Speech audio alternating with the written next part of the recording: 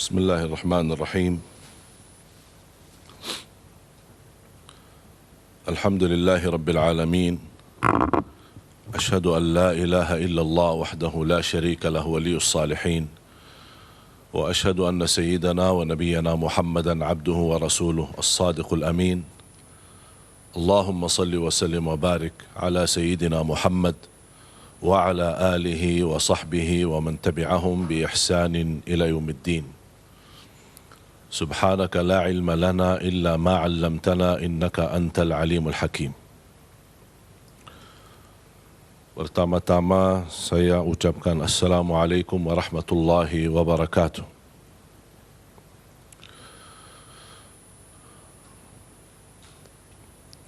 Alhamdulillah wa syukrillah, apapun keadaan kita harus belajar selalu bersyukur kepada Allah Subhanahu wa taala.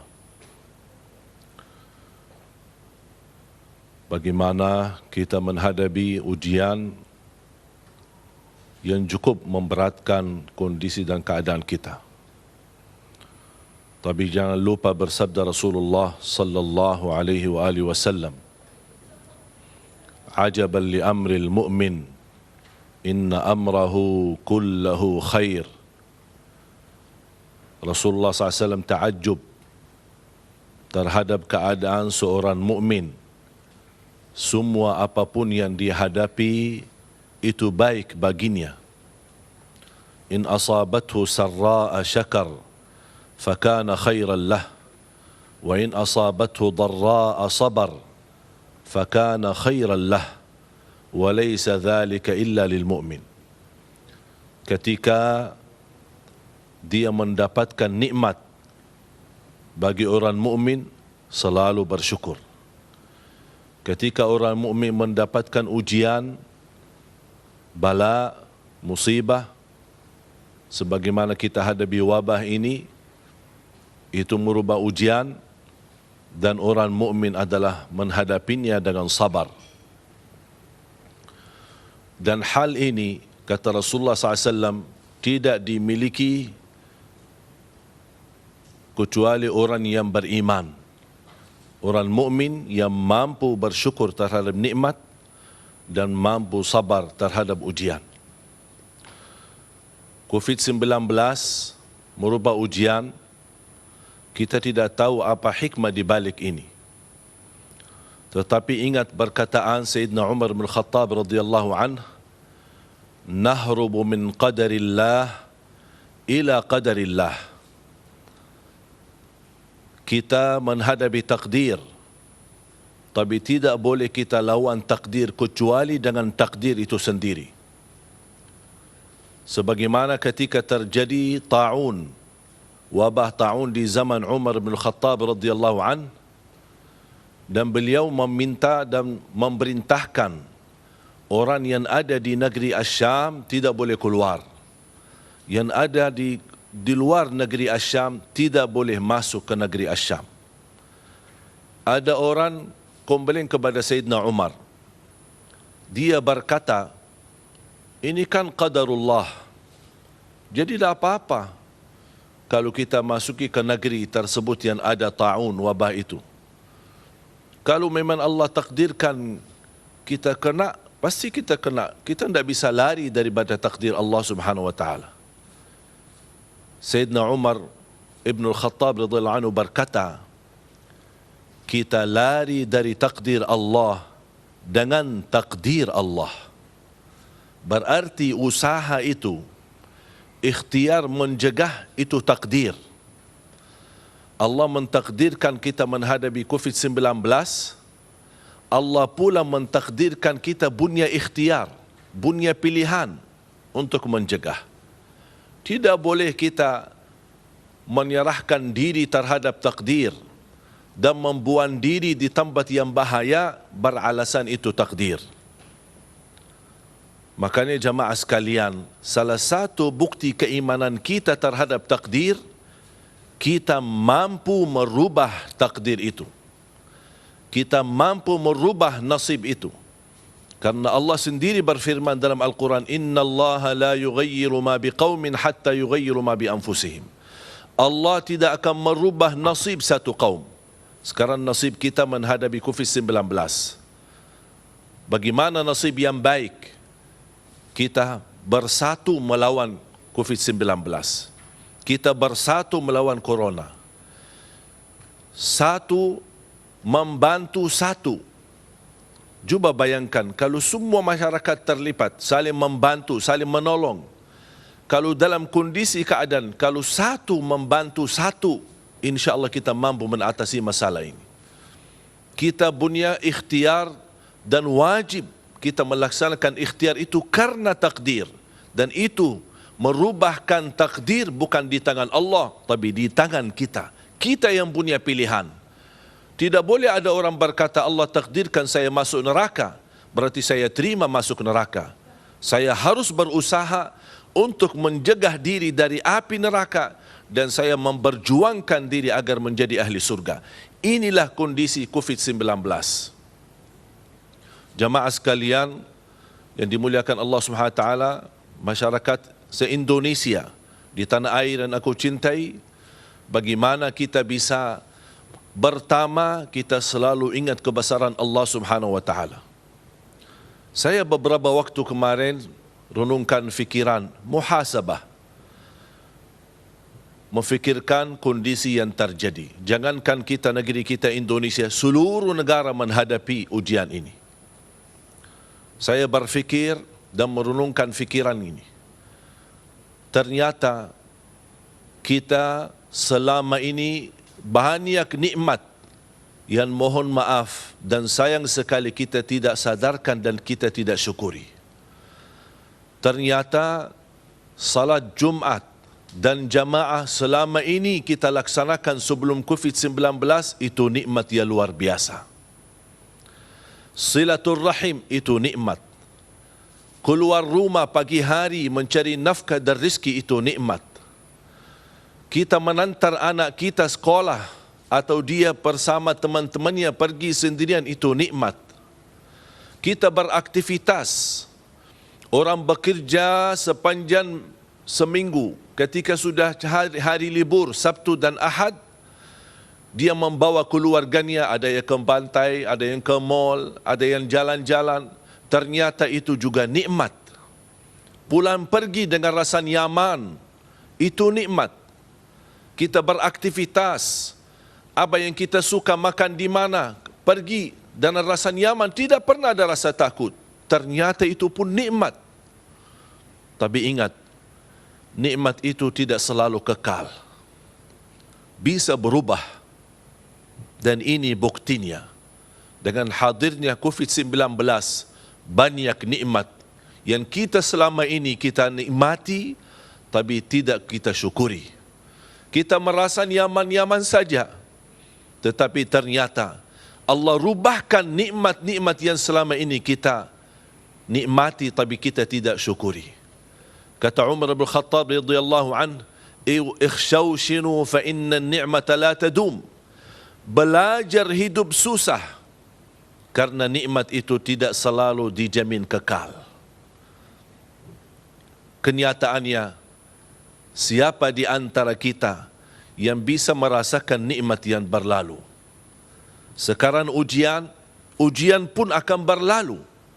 Tapi ujian ini tidak akan berlalu begitu saja. Dan kita diam diri saja, tetapi harus kita ada ikhtiar. Di dalam pandangan Islam, ada 5 darurat yang disebutkan hal utama dalam Islam. Hifdzul din, hifdzul mal, hifdzul nafs, hifdzul aql, dan hifdzul ird. Ada 5 di dalam pandangan Islam wajib kita jaga. Bahkan disebutkan hal darurat terutama, pokok yang tidak bisa kita tinggalkan. Yang pertama, menjaga agama. Yang kedua, menjaga nafsu, jiwa. Yang ketiga, menjaga harta. Yang keempat, menjaga akal. Dari semua hal-hal yang mengganggu dan merusakkan akal kita. Narkoba, minuman keras, membuat mabuk, hal-hal yang bisa menghilangkan kesadaran akal kita. Terus yang kelima, menjaga kehormatan diri. Di antara yang disebutkan darurat yang kelima ini, ada 5 darurat hal pokok dalam agama adalah hifdzun nafs, menjaga jiwa. Allah berfirman, wala tulqu biaidikum ila tahlukah, jangan sekali-kali kamu membuang diri di tempat yang membahayakan. Wa ahsinu, berihsanlah, berbuat kebaikan terhadap jiwamu, dirimu, karena Allah mencintai orang-orang yang berbuat kebaikan. Innallaha yuhibbul muhsinin. Ini kesempatan. Apalagi kita memasuki dan menyambut bulan suci Ramadan. Menurut saya Ramadan ini, kali ini, Allah memberikan ujian. Saya mengambil sebuah hikmah. Allah ingin kali ini ibadah kita berhubungan langsung sama Allah Subhanahu wa taala. Mungkin selama ini kita merasa nikmat sepanjang berkali-kali Ramadan yang berlalu. Nikmat i'tikaf, nikmat tarawih, nikmat buka bersama, nikmat ramai-ramai ke masjid. Tapi nikmat itu, saya ingatkan lagi, belum tentu kekal. Belum tentu dijamin terus-menerus. Kali ini kita bisa menikmati Ramadan, tapi dengan kita bermunajat di rumah. Kita tarawih di rumah masing-masing. Kita menjaga diri di rumah. Karena ada hal utama dalam pandangan Islam, wal wiqayatu khairun minal ilaj. Menjaga itu lebih wajib, lebih baik daripada berobat. Artinya, menjaga dari apa? Dari segala sesuatu yang bahaya, apalagi dalam kondisi wabah. Dan wabah ini bukan pertama kali terjadi dalam sejarah Islam. Banyak sudah disebutkan oleh para ulama cerita-cerita. Sebagai Imam Ibnul Jauzi di tahun 440-an sudah menceritakan wabah. Sambil beliau menggambarkan masjid tertutup, pasar-pasar tertutup, sambil jalan-jalannya sepi, tidak ada satu pun orang yang jalan. Begitu kondisi dan keadaan. Dan ini sudah terjadi berkali-kali. Bahkan Al-Imam Syafi'i yang kita ikuti mazhabnya. Cuba tolong orang yang ingin betul-betul mengikuti pandangan Imam Syafi'i. Dan saya yakin Imam Syafi'i kalau masih hidup dan masih ada di tengah kita akan mewajibkan kita diam di rumah. Karena itu pandangan Islam. Apa kata beliau? Kalau ada orang, ini dalam satu fikih di kitabnya Al-Um, kata beliau rahimahullah, kalau ada seorang yang ditagih hutang, ditagih, dia ada hutang dan tapi dia tidak mampu melunasinya, dan pemilik hutang ini lagi dicari, dikejar, dia saking takutnya karena dia malu menghadapi orang-orang yang mencarinya dan dia tidak merasa nyaman Jumatan. Apa kata Imam Syafi'i? Dia boleh tinggalkan Jumatan dan diam di rumah, diganti dengan salat zuhur. Bayangkan, ini fikih Imam Syafi'i. Kalau ada orang kejar kita, ada hutang, boleh kita tinggalkan Jumat. Masa karena wabah ini masih ada orang yang meributkan, tidak boleh kita tinggalkan Jumat? Semenjak datangnya corona ini, COVID-19, saya tidak Jumatan dan saya tidak melaksanakan salat berjamaah, hanya di rumah bersama keluarga.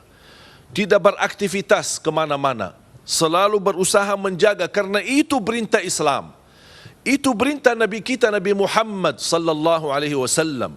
Sebagaimana Abdullah bin Abbas pernah menggambarkan ketika turun hujan besar, ini di hadis sahih Bukhari dan Muslim, beliau menyuruh muazzin ganti kata hayya 'alas salah, hayya 'alal falah dengan ucapkan sallu fi buyutikum, salatlah kalian di rumah masing-masing. Ada orang yang mengingkari, kok muazzin merubah kata-kata azan? Mana hayya 'alas salah yang selama ini kita dengar? Mana hayya 'alal falah? Sambil datangi ke Abdullah bin Abbas. Apa ini? Mungkar besar. Berbuatan sesuatu yang tidak pernah terjadi. Apa kata beliau? Kalian mengingkari perilaku saya, menyuruh muazzin menggantikan hayya 'alas salah, hayya 'alal falah dengan ucapkan sallu fi buyutikum, salatlah kalian di rumah. Hal ini sudah dilakukan orang yang lebih baik daripada saya dan daripada kalian. Itulah Nabi Muhammad sallallahu alaihi wasallam. Karena pernah juga terjadi di zaman Nabi Muhammad sallallahu alaihi wasallam ketika turun hujan besar sampai jalannya sudah tidak dimungkinkan orang bisa lewati dengan nyaman, makanya Nabi Muhammad SAW menyuruh muazzinnya kumandangkan sallu fi buyutikum. Muncullah berbeza pendapat antara ulama. Ada yang berkata tetap laksanakan azan sebagaimana hayya 'alas salah, hayya 'alal falah, tetap la ilaha illallah. Begitu selesai azan baru disampaikan kataan sallu fi buyutikum, salatlah kalian di rumah masing-masing. Itu menurut pandangan mazhab Syafi'i dan ada beberapa mazhab yang lain. Intinya para jamaah sekalian dimuliakan Allah Subhanahu wa taala, COVID-19 bukan penyakit yang kita anggap remeh. Ini kita hadapi musuh yang sangat luar biasa serius untuk menerangi kita. Kita harus berhati-hati dan waspada. Kemarin saya membaca berita di negara Arab Saudi. Satu hari lebih dari 1.300 orang-orang yang kena corona. Padahal di Arab Saudi itu sudah lockdown. Sudah benar-benar luar biasa ketat.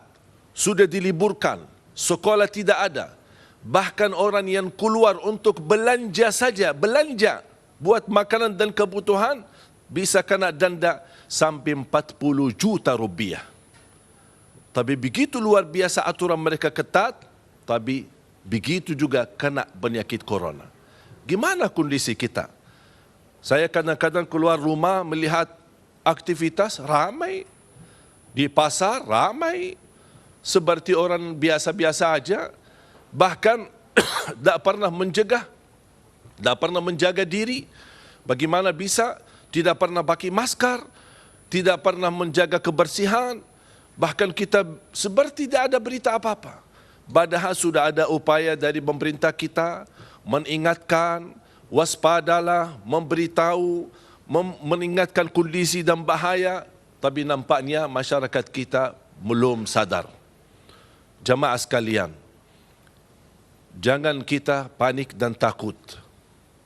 Diam di rumah, ini solusi yang tepat untuk kondisi sekarang.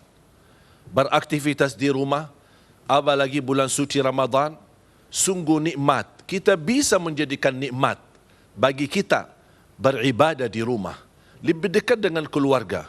Mungkin selama ini banyak orang yang beraktivitas di luar rumah, bahkan jarang sempat buka puasa bersama atau sahur bersama keluarganya. Kali ini, tahun ini kita jadikan Ramadan spesial, Ramadan istimewa, Ramadan khusus, hadiah dari Allah Subhanahu wa taala, membuat kehidupan Ramadan bersama keluarga. Baca Al-Quran bersama-sama, tarawih bersama, menjaga kebersihan. Kita ingat bagaimana Allah Subhanahu wa taala dan Nabi Muhammad SAW memerintahkan kebersihan. Allah mencintai orang-orang yang selalu dalam keadaan suci. Dan alhamdulillah dalam pandangan Islam, menjaga wudu tanda kesempurnaan iman. Selalu cuci tangan, menjaga kebersihan pakaian. Kalau keluar ada urusan darurat tidak bisa ditinggal, tolong pakai masker. Mohon jamaah sekalian, jangan membiarkan wabah ini menular kepada seluruh negeri kita. Apalagi mudik. Saya ajak orang Madinah. Orang tua saya berada di sana. Saya sudah mengambil keputusan tahun ini tidak mudik. Walaupun ada kesempatan saya bisa mudik, tapi saya tidak mau. Mengapa? Bukan saya butuh silaturahim. Siapa yang tidak ingin silaturahim bertemu dengan orang tuanya? Orang tua kita adalah surga. Surga kita di dunia. Makanya kita ingin silaturahim bersama mereka. Bahkan kita tidak mau tinggalkan mereka. Tapi kondisi yang menentukan. Kita tidak butuh silaturahim. Tapi tetap kita bisa dan mampu menjalin silaturahim melalui video call. Dalam jarak jauh. Mudik, kita tahun ini menjadikan mudik kita di rumah untuk menjaga keluarga kita, menjaga kebersamaan kita dan menjaga kesihatan kita. Mungkin ada orang berkata, saya mampu menjaga diri. Sebenarnya jamaah sekalian, bahayanya sebenarnya bukan orang yang sakit. Yang lebih bahaya kalau anak muda yang sehat, fisiknya kuat, beraktivitas luar biasa lancar, dia kena sakit, dia sudah positif corona, pulang ke rumahnya bersalaman dengan orang tuanya yang sudah tua dan usia, barangkali ada di antara keluarganya yang sakit-sakitan, disitulah menular penyakit ini dan bisa mengakibatkan meninggalnya orang tuanya. Orang berkata, anak muda, saya sehat dan merasa kena corona, saya biasa-biasa aja. Ya, memang biasa-biasa aja. Tetapi belum tentu karena Anda belum pernah cek, belum pernah periksa, bisa positif corona walaupun Anda merasa dirinya kuat dan sehat. Hati-hati, ini bisa tertipu dan bisa kita kena bahaya corona dari tempat yang kita tidak sadari. Makanya jemaah sekalian, waspadalah. Selalu menjaga kebersihan, cuci tangan dengan sabun dengan air yang mengalir minimal 20 detik dan kita terus selalu berpakai masker apabila ketika sudah kita ada perlu kita keluar, kita usaha jaga jarak minimal 1 sampai 2 meter. Ini kondisi kalau kita darurat, tapi kalau boleh saya usulkan, stay in home, diam di rumah. Tidak ada urusan yang terbinting daripada untuk menjaga kesihatan kita. Di dalam pandangan Islam menjaga kesihatan itu wajib. Makanya kita harus selalu berusaha untuk mencari ridha Allah Subhanahu wa taala. Apalagi umat Nabi Muhammad SAW, alhamdulillah Allah jadikan seluruh bumi ini menjadi bersih dan boleh menjadikan tempat salat. Berarti di rumah kita bisa beraktivitas salat. Ayo, jangan mudik. Jangan fikirkan bagaimana kita bertemu dengan keluarga, tapi kita utamakan kesehatan keluarga. Kali ini kita beribadah di rumah dan kita produktif. Bagaimana bisa menjadikan rumah adalah jannati, surgaku, rumahku. Di sinilah kesempatan kita jadikan di bulan Ramadan ini, rumahku, surgaku. Dan kita beraktivitas ibadah. Berita gembira dari Nabi kita Nabi Muhammad sallallahu alaihi wasallam. Ketika kita mendapatkan ujian ini, wabah ini, ada orang bertanya bagaimana kondisi ibadah kita. Selama ini kan kita usaha menyempurnakan ibadah, salat berjamaah, Jumatan, tarawih ramai-ramai di masjid, buka bersama, dan kita mengejar ingin meraih pahala yang sempurna. Tapi kalau kondisi begini, banyak kehilangan kesempatan kesempurnaan ibadah. Apa kata Rasulullah SAW di hadis yang diriwayatkan Imam Bukhari, "Idza maridal 'abdu aw safar, kataballahu lahu ma kana muqiman sahiha." Kalau ada di antara hamba karena dia musafir atau karena dia sakit, berkurang aktivitas ibadahnya, apa kata Rasulullah SAW? Tetap nilai pahalanya sempurna di sisi Allah Subhanahu wa taala. Sebagaimana dia dalam kondisi sehat dan tidak musafir, bahkan dia selalu berada di tempat yang normal. Makanya jamaah sekalian jangan sia-siakan.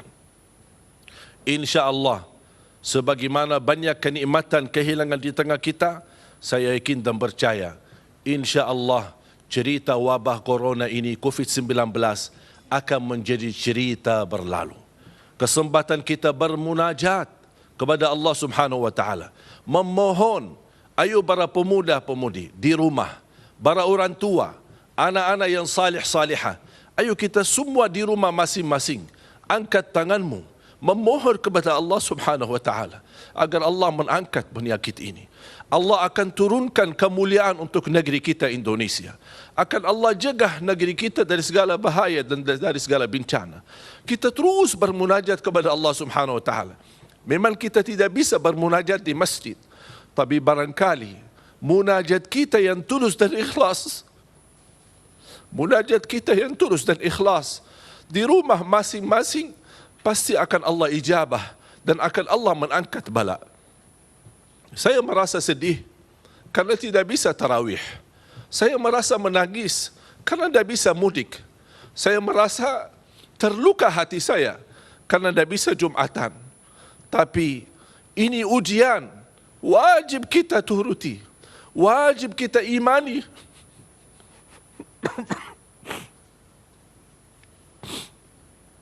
Wajib kita percaya takdir Allah. Dan kita lawan takdir, jangan takdir. Jangan kita orang keras kepala. Kita harus bermunajat kepada Allah. Karena tidak ada bala yang Allah turunkan, pasti berlaku kita dan dosa-dosa kita. Dan bagaimana Allah angkat bala?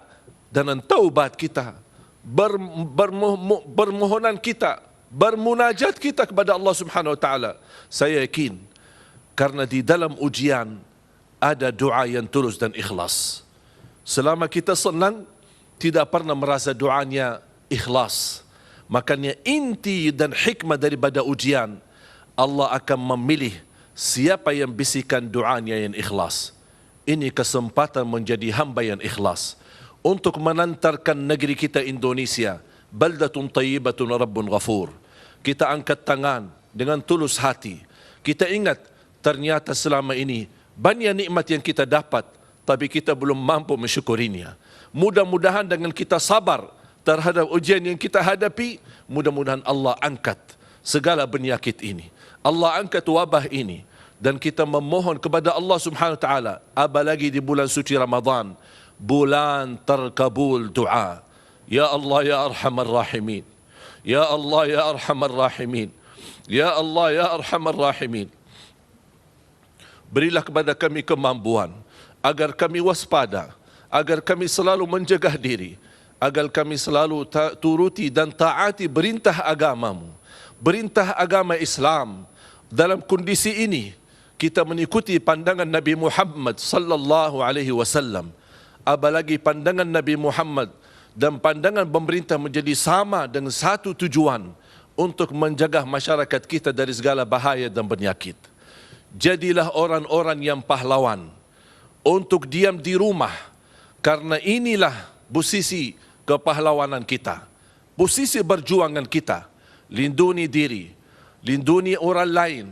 Mari menangkan perang melawan COVID-19. Indonesia bisa. Salam tangguh, dan mudah-mudahan kita semua dalam lindungan Allah Subhanahu Wa Taala dari segala bahaya COVID-19 dan selalu dalam kondisi keadaan sihat wal afiat. Amin, amin, amin ya rabbal alamin. Assalamualaikum warahmatullahi wabarakatuh.